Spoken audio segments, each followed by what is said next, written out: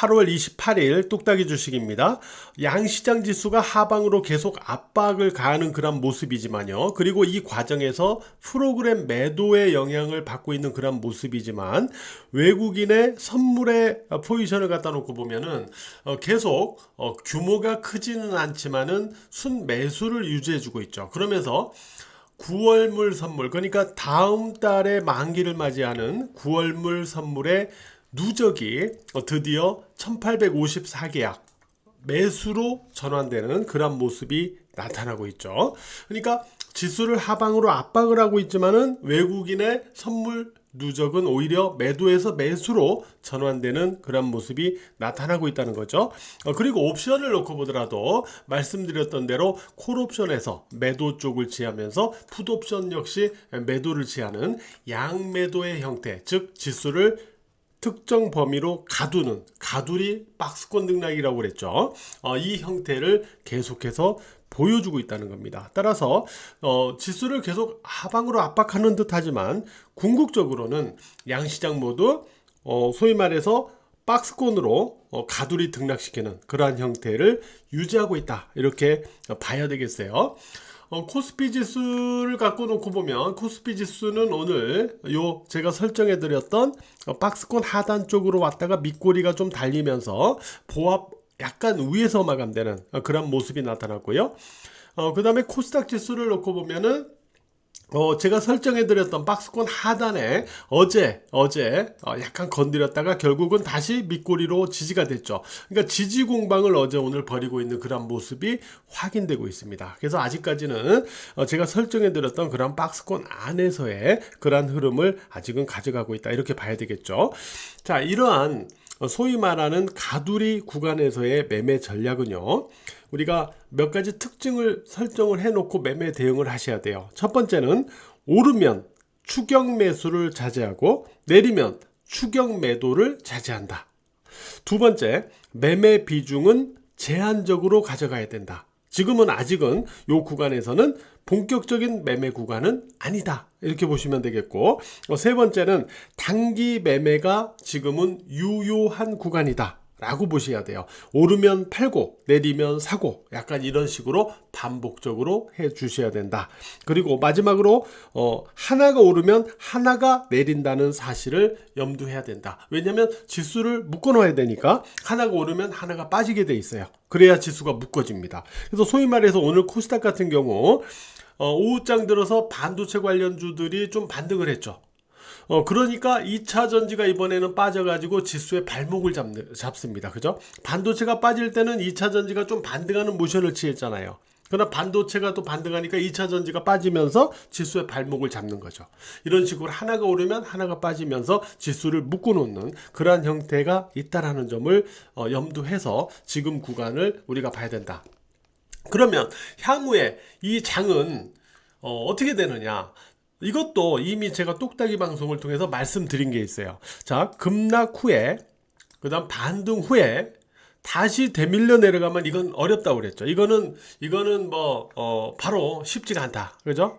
그러나 급락 후에, 반등 후에 매물 소화를 박스권 행보 등락으로 이렇게 보여줄 경우에는 이게 완료가 되는 시점에서는 위로 시도될 가능성이 높다, 이런 말씀을 드렸었죠.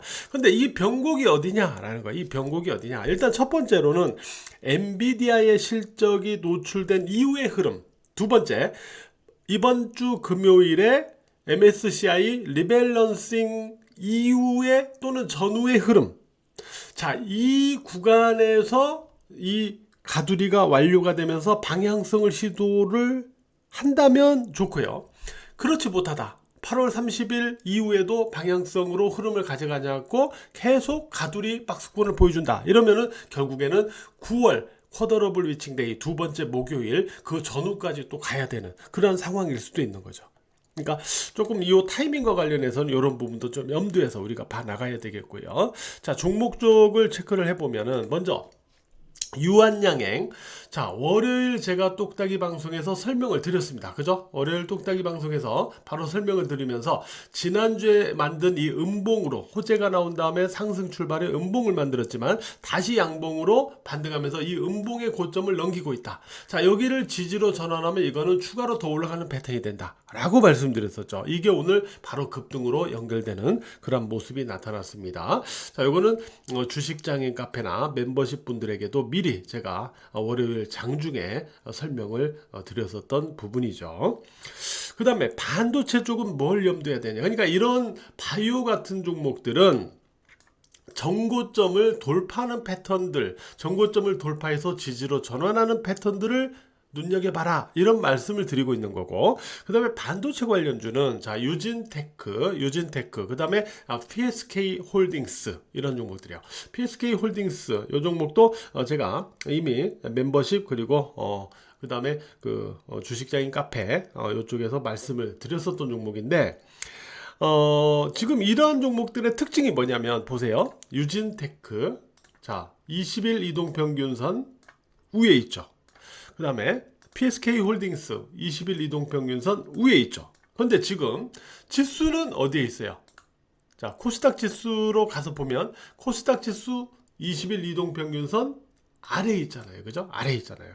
그러니까 소위 말해서 반도체 쪽에서 이 지수보다 우월한 흐름을 보여주고 있는 종목 유진테크, PSK 홀딩스, 그리고 여타 반도체 관련주를 보더라도 아직 20일 이평선 아래에서 움직이는 종목, 또 5일 이평선 아래에서 움직이는 종목까지 다수의 종목들이 이렇게 움직이고 있는데, 이러한 종목들은 21선 위에서 움직이고 있기 때문에 반도체에서도 선도성의 흐름 패턴을 보여주고 있다라는 거죠. 바로 이러한 종목들을 우선적으로 봐야 된다라는 말씀을 드려오고 있는 거예요.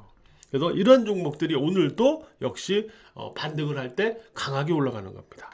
그래서 이 말씀은 이미 제가 카페나 그다음 멤버십에서 말씀을 드렸던 상황이에요.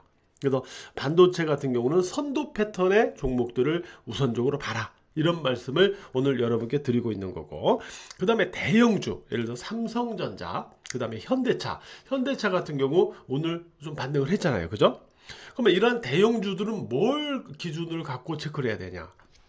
이거 역시 제가 뚝딱이 방송에서 말씀을 앞에서 얼마 전에 드렸어요. 그게 뭐냐면 바로 추세의 기준을 회복하느냐. 그게 바로 이 20주선과 5월선 이 두 개를 다 회복을 하면 추세를 회복하는 거고, 아직 아래면 추세를 회복하지 못한 거라고 그랬죠.